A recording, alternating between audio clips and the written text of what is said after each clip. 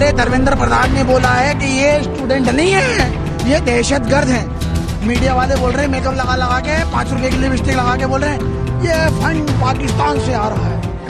पानी बांटे ना, ये भी पाकिस्तानी है। ये समोसे वाले सब पाकिस्तानी है, वाले पाकिस्तानी है। अगर ये जो लाठी चला रहे हैं, अगर हम लाठी चलाने पे आ जाए ना, पर राज्य ने सानू सलोतर बख्शिया और एदा दा सलोतर बख्शांगे ना, एदा दा सलोतर फेरांगे, इन्हां दी हाल हो जानी मार मार इन्हां दे। भाई को कितने सारे यहाँ पे जख्म हो गए हैं, देखिए आप देख सकते हो। और बताइए इतने सारे जख्म लेके बंदा सोएगा कैसे? ओ भाई, नन्हे बच्चों और बच्चियों की वो मासूम चीखें जिन्हें पत्थरों और लाठियों से मारा जा रहा है।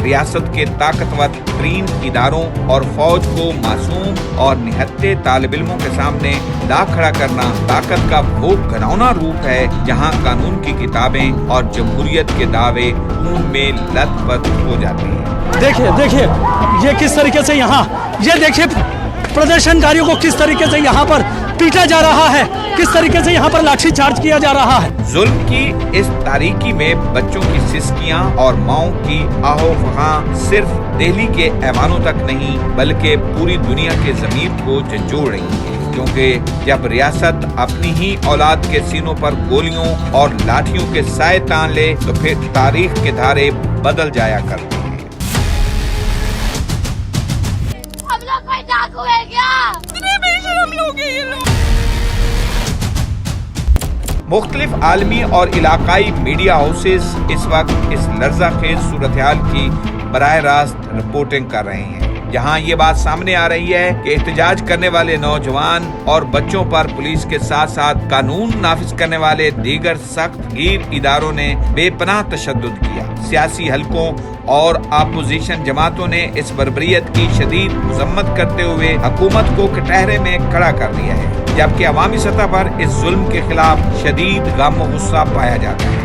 सोशल मीडिया पर गर्दिश करती वीडियोस और रिपोर्ट्स के मुताबिक इस वहशियाना क्रैकडाउन में अब तक दर्जनों अफराद शदीद जख्मी हो चुके हैं, जिन्हें अस्पतालों में इमरजेंसी का सामना है, जबकि कई मकामात पर संगीन जख्मियों की हालत तशवीशनाक बताई जा रही है, जो इस अंतोनाक वाक़े के संगीन नोयत को जाहिर करता है।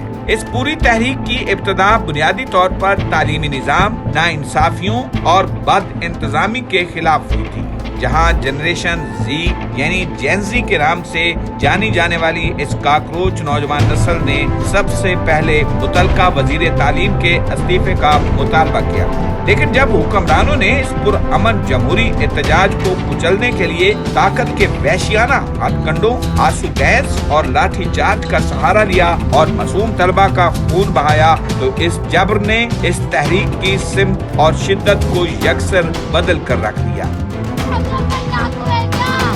डाकू नहीं है, जिंदगी हम लोग। तुम्हारे घर में औलाद है, सब पता चले। कौन करता है? कौन ऐसे मारता है? बहुत गंदी पुलिस है, दिल्ली पुलिस। लड़कियां जांच कर दी है, लड़कियों को छूते हैं, लड़कियों को गाली देती है ये पुलिस।